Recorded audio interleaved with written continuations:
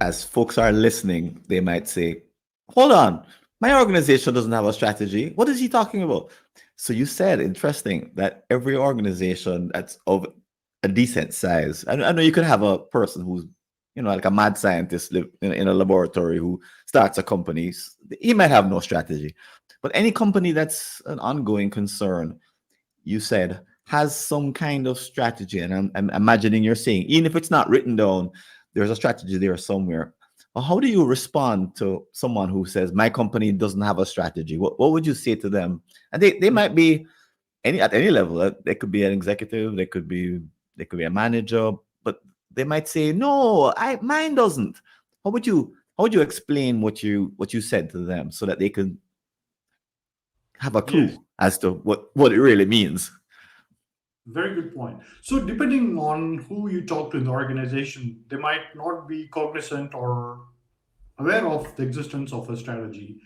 As I mentioned before, any organization of definitive size or definitive revenue figure or definitive market cap, they definitely do have a strategy.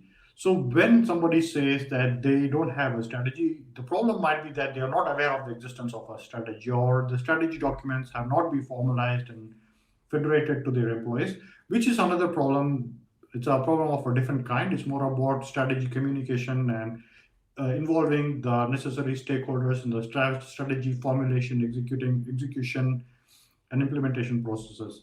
So that would be a different problem to tackle for the organization, because the employees do need to understand the strategy to first validate whether the work contributes to the overall value of the organization is trying to achieve, as articulated by its mission statement, value statement, leadership documents, and all that.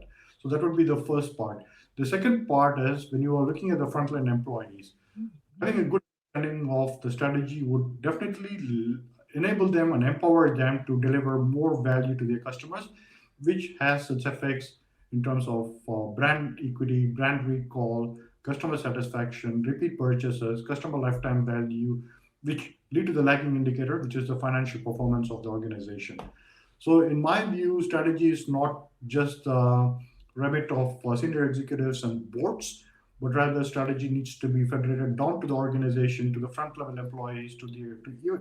I would go as far as to communicating strategy documents to your partners, suppliers, and the entire ecosystem that you work with. So everybody has a shared understanding of what you stand for, what value you bring to the ecosystem, what is your positioning, and how you intend to execute upon the strategy.